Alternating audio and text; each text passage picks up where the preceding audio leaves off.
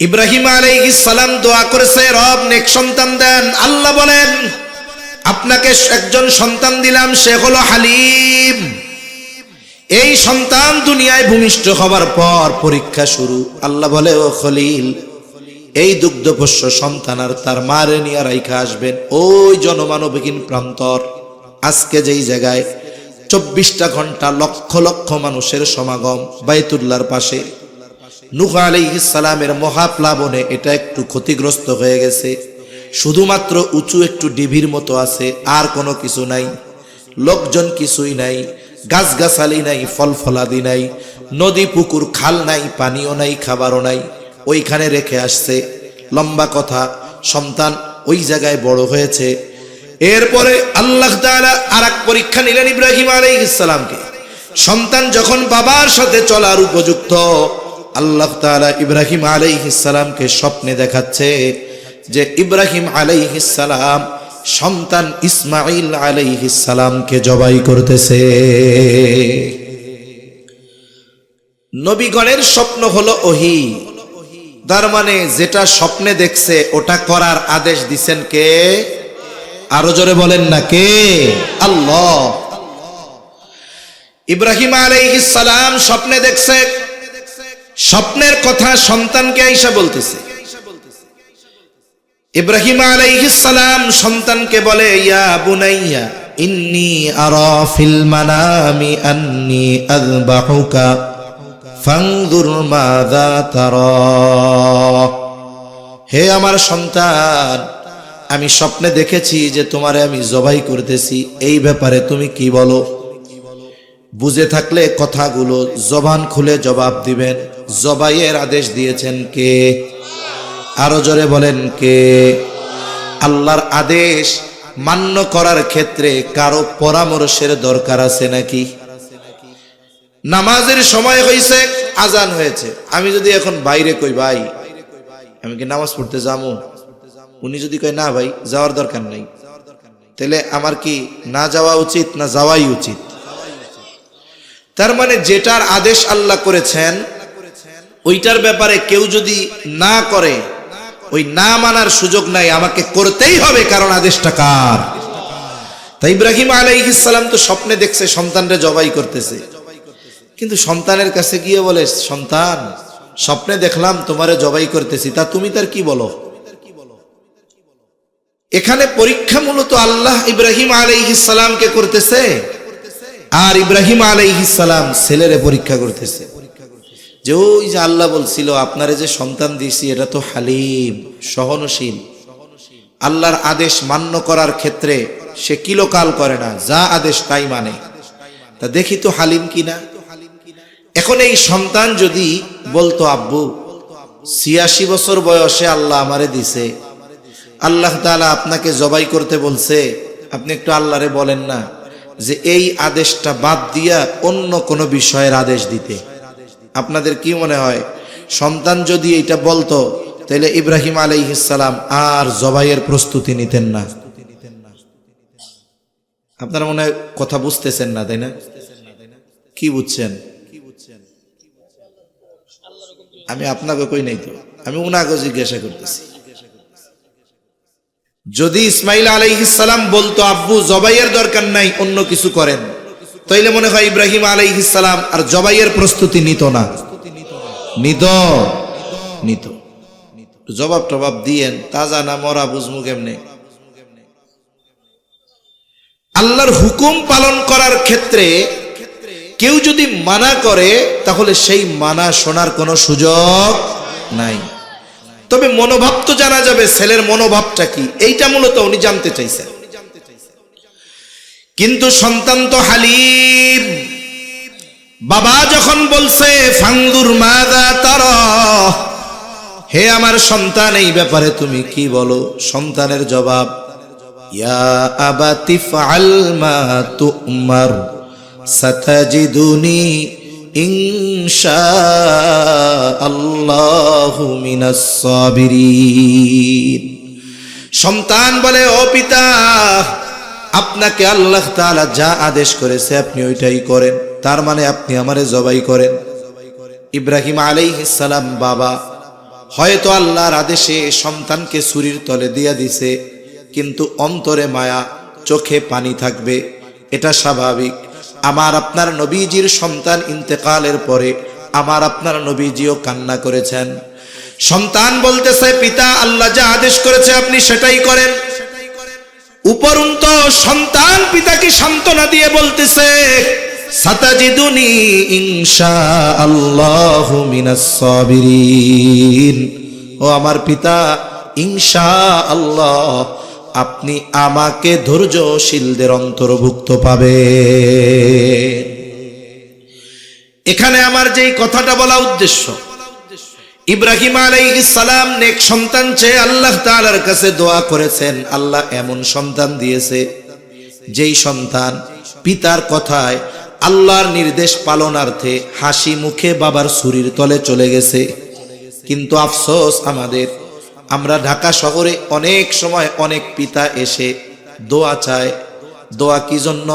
বলে হুজুর ছেলেটা কথা শোনে না, একটু দোয়া করেন। এক অভিভাবকের অবস্থা তো এরকম, আমেরিকা থাকে, আমেরিকা স্বপ্নের দেশ আমেরিকা, ফ্যামিলি সহ গেছে, সিটিজেনশিপ পেয়েছে, পরিবার নিয়ে গেছে। এখন মেয়েটাকে ওই দেশে নিয়ে স্কুলে ভর্তি করাইছে।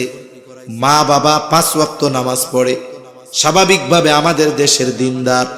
কিন্তু সন্তানটাকে যখন ওই দেশের সিলেবাসে দিয়েছে, যেখানে নাস্তিকতা, কুফুরি, অশ্লীলতা, বেহায়াপনার সিলেবাসে ভরা, এখন মেয়েটা আস্তে আস্তে নাস্তিকতার দিকে চলে গেছে। বাসার থেকে প্রেসার দেয়, এই ঠিক মতো উল্টাপাল্টা করবা না। কিন্তু সে চলে তো বন্ধুদের সাথে, তার শিক্ষা হয়ে গেছে দিনহীন শিক্ষা।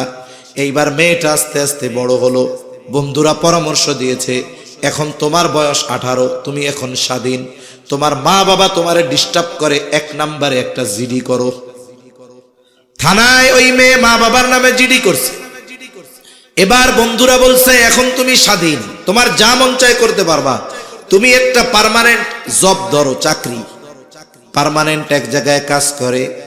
মেয়েটা একা বাসায় থাকে, গোটা গায়ে ট্যাটু আইকা ফেলছে, মুসলমানের সন্তান। শুধু তাই না, অবাধ যৌনচার আর অশ্লীলতায় তার জীবন ভরপুর।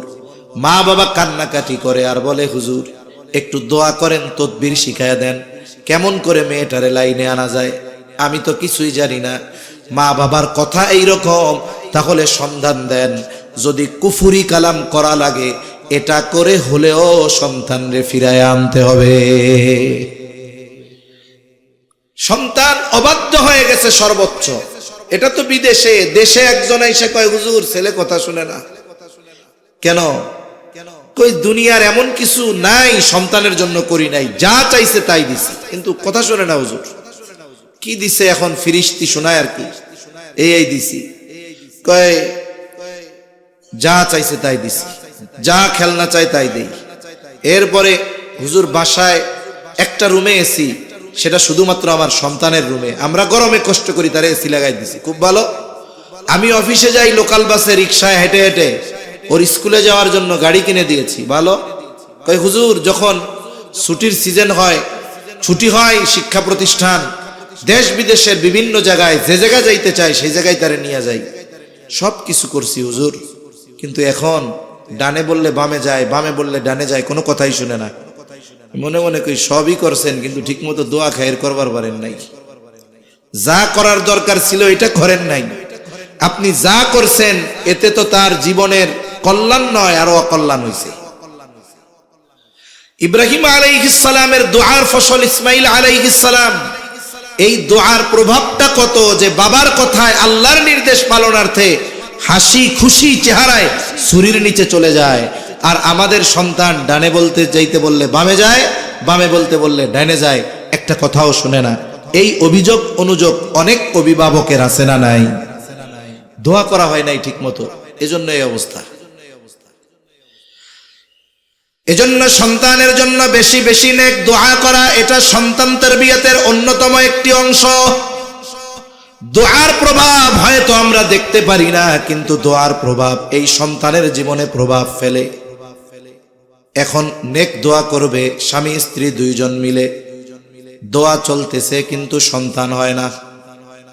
এখন চিকিৎসা করানো সুন্নাত, চিকিৎসা করাবে। ডাক্তার দেখে শুই না টেস্ট টুস্ট কইরা বলে আপনাদের দুইজনের কোনো অসুবিধা নাই, কিন্তু সন্তান কেন হয় না এটা আমরা জানি না। এমনও আল্লাহর বান্দা 3-4 দেশে চিকিৎসার জন্য গেছে, যেখানেই যায় টেস্ট করার পরে বলে সব ঠিক আছে, কিন্তু কেন হয় না আমরা জানি না। বাংলাদেশেও রেজাল্ট এক, ভারতেও এক, থাইল্যান্ডেও এক, আরো এক জায়গায় কোন জায়গায় গেছে, সব জায়গায় এক। এখন এই যে অসুস্থতা নাই কিন্তু সন্তান হয় না, এই সময় অনেক মানুষ শয়তানের ধোঁকায় পড়ে যায়। বিশেষ করে গ্রামের কিছু মানুষ আছে, তারা তখন বলা বলি করে, শোনো সব কিছু ডাক্তার ইঞ্জিনিয়ার দিয়া হয় না, কিছু বিষয়ের জন্য ফকির কবিরাজ লাগে। বলে না এরকম?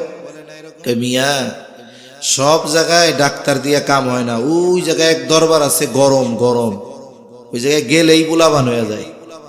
গ্রামের ভাষায় কয় মাল যায় যার ইমান যায় তার। ওর তো টার্গেট একটা সন্তান, এখন গেছে ওই জায়গায়, ওই ফকির আমাকে এলাকায় আছে এরকম, এই জন্য কইতেছি।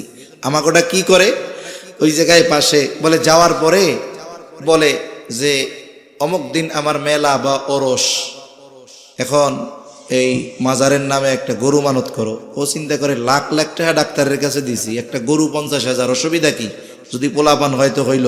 এখন বলেন তো আল্লাহ ব্যতীত অন্য কারো নামে মানত করার সুযোগ আছে? সুযোগ নেই। এইবার ওরে বলবে সব হয়ে যাবে, সমস্যা নাই, তুই 7 ঘাটের বা 20 ঘাটের 21 ঘাটের পানি আনবি, 21 গাছের গোলাপের কাঁটা আনবি, 21 গাছের বড়র পাতা আনবি, এরপরে শ্মশানের কবরস্থানের মাটি আনবি, এইগুলা দিয়ে গুলাইয়া টুলাইয়া আমাবস্যার রাত্রে গোসল করাইলে তোর পোলাপান হয়ে যাবে। কেউ যদি বিশ্বাস করে এগুলোর দ্বারা সন্তান হয়, তাইলে আল্লাহ চাইলে হবে সন্তান, ওগুলোর কারণে হবে না। কিন্তু বিশ্বাস যদি করে সন্তান হইছে এই কারণে, হয়তো সন্তান পাবে কিন্তু ঈমান থাকবে না। ঠিক কিনা বলেন? এই জন্য সাবধান। এরকম যদি কারো হয় হতাশ হওয়া যাবে না, চাইতে হবে কার কাছে? আরে এমনও দম্পতি আছে ওই 4 দেশে চিকিৎসা করাইছে, সন্তান হয় না। কেন হয় না ডাক্তারও কইতে পারে না। এরা চলে গেছে হজে, স্বামী স্ত্রী 2 জন মিলে আল্লাহর কাছে কান্নাকাটি করছে, রোনাজারি করছে, হজ কইরা আসছে, দোয়াটা হয়তো কবুল হইছে, 1 বছর হইতে পারে নাই, আল্লাহ তাআলা তাদের কোল জুড়ে সন্তান দান করছে। সুবহানাল্লাহ। আবার যদি কারো ক্ষেত্রে এমন হয় দোয়া করে সন্তান হয় না, ডাক্তার পরীক্ষা নিরীক্ষা করবার পরে বলে আপনাদের সন্তান হওয়ার সম্ভাবনা নাই। কেন? আপনার স্ত্রী বন্ধা আর স্বামী যে তার স্পার্মের মধ্যে শুক্রাণু নাই, তার মধ্যে আপনিও বাপ হইতে পারবেন না, মেয়েটাও মা হতে পারবে না। এই যে প্রতিবন্ধকতা, বলেন তো এটাকেও দূর করে সন্তান দেওয়ার ক্ষমতা যার আছে তিনি কে? তবে চাওয়ার মতো চাইতে হয়, ডাকার মতো ডাকতে হয়। জাকারিয়া আলাইহিস সালাতু ওয়াস সালাম জলিলুল কদর পয়গম্বর, কোরআনের ঘটনাগুলো আমাদের জন্য শিক্ষা, আমাদের জন্য করণীয় কিছু বিষয় বর্জনীয়। উনি বৃদ্ধ হয়ে গেছেন, চুল দাড়ি সব পেকে গেছে, ওনার স্ত্রীও বন্ধা। স্বাভাবিক নিজাম কি যে না সন্তান হওয়ার কোনো সম্ভাবনাই নাই। কিন্তু একটা ঘটনা ওনার দিলের অবস্থারে পরিবর্তন করে দিয়েছে, সেটা হলো হযরত মারিয়াম আলাইহিস সালামের ঘটনা। আমরা সবাই জানি মারিয়াম আলাইহিস সালাম ঈসা আলাইহিস সালামের মা। আল্লাহ তাআলা বাবাবিহীন ঈসা আলাইহিস সালামকে দুনিয়ায় পাঠিয়েছেন। মারিয়াম আলাইহিস সালাম যখন মায়ের গর্ভে, মারিয়াম আলাইহিস সালামের মা মানত করছে, ও রব, আমার পেটে যে সন্তান, একে আমি আপনার জন্য মানত করলাম বাইতুল মুকাদ্দাসের সেবক খাদেম হিসাবে। মারিয়াম আলাইহিস সালামের বাবা ছিলেন বাইতুল মুকাদ্দাসের ইমাম, ওনার নাম ছিল ইমরান। কোরআনুল কারীমে একটা সূরা আছে আলে ইমরান। এই ইমরান আলাইহিস সালাম উনি ছিলেন বাইতুল মুকাদ্দাসের ইমাম।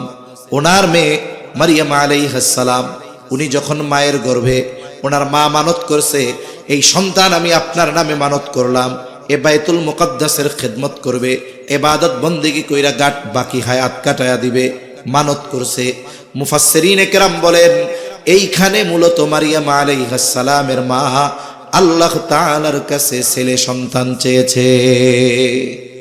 কেমনে? ওই সময়টাতে বাইতুল মুকাদ্দাসের খাদেম হিসাবে কোনো মেয়েকে নেওয়া হইতো না, নেওয়া হইতো ছেলে। আর উনি মানত করছেন যে আল্লাহ, আমার এই গর্ভের সন্তান আপনার নামে মানত করলাম, ও বাইতুল মুকাদ্দাসের খেদমত করবে, সারা জীবন ইবাদত করে কাটায় দিবে, বিবাহ শাদী করবে না। কেউ যদি মানত করে যে আল্লাহ, আমার এটা যদি ছেলে হয় তাইলে ওরে আমি মাদ্রাসায় দিব, তাহলে কি হইল? যদি ছেলে হয় এই মানত পূরণ করা ওয়াজিব, যদি মেয়ে হয় অসুবিধা নাই, দেওয়া লাগবে না, ওয়াজিব না দেওয়া। কিন্তু উনি তো কোনো নির্দিষ্ট করেন নাই যে ছেলে হলে দিব, মেয়ে হলে দিব না। উনি অনির্দিষ্টভাবে বলছেন গর্ভের সন্তান আপনার জন্য মানত করলাম। এখন উনি আশা করছে যে দোয়া করছি ছেলেই হবে, কিন্তু হইছে গিয়া মেয়ে, মেয়ে হইছে। এখন মেয়েকে তো আর বাইতুল মুকাদ্দাসের খেদমতের জন্য নিবে না, ওই সময় ওই প্রচলন ছিল না। ইতিমধ্যে ওনার বাবা ইমরান উনিও ইন্তেকাল করছে। এখন বাইতুল মুকাদ্দাসের ইমাম হলো ওনার খালু জাকারিয়া আলাইহিস সালাম। তবে মানত যেহেতু করছে, বাইতুল মুকাদ্দাসের পরিচালনায় যারা ছিল তারা চিন্তা করছে যেহেতু আমাদের সাবেক ইমাম, তার মেয়ে বর্তমান ইমাম হলো তার খালু, তাইলে আমরা আমাদের আইনটাকে একটু পরিবর্তন করে বাইতুল মুকাদ্দাসের জন্য মারিয়ামকে নেই। যেহেতু তার মা মানত করছে, নিতে হবে, করার কিছু নাই।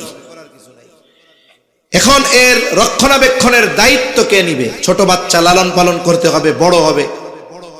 সবার আশা যে আমি এই মারিয়ামের দায়িত্ব নিব। যখন সবাই দায়িত্ব নিতে চায়, এবার সিদ্ধান্ত হলো তাহলে লটারি হবে। লটারিতে যার নাম, সে মারিয়াম আলাইহিস সালামের দায়িত্ব নিবে। শুনেন, লটারি কিন্তু শুনলেই যে আমরা অনেক সময় মনে করি যে আমাদের দেশে মাইকে মাইকে লটারি বেছে না 10 টাকা করে। আপনাদের এদিকে আছে 10 টাকার লটারি কিনুন, 2 লাখ টাকার পালচার জিতুন, আছে না নাই? কতজন 10টা কিনে, দোস্ত যদি লেগে যায় হারাম। কি জোরে বলেন? এত আস্তে কনকে?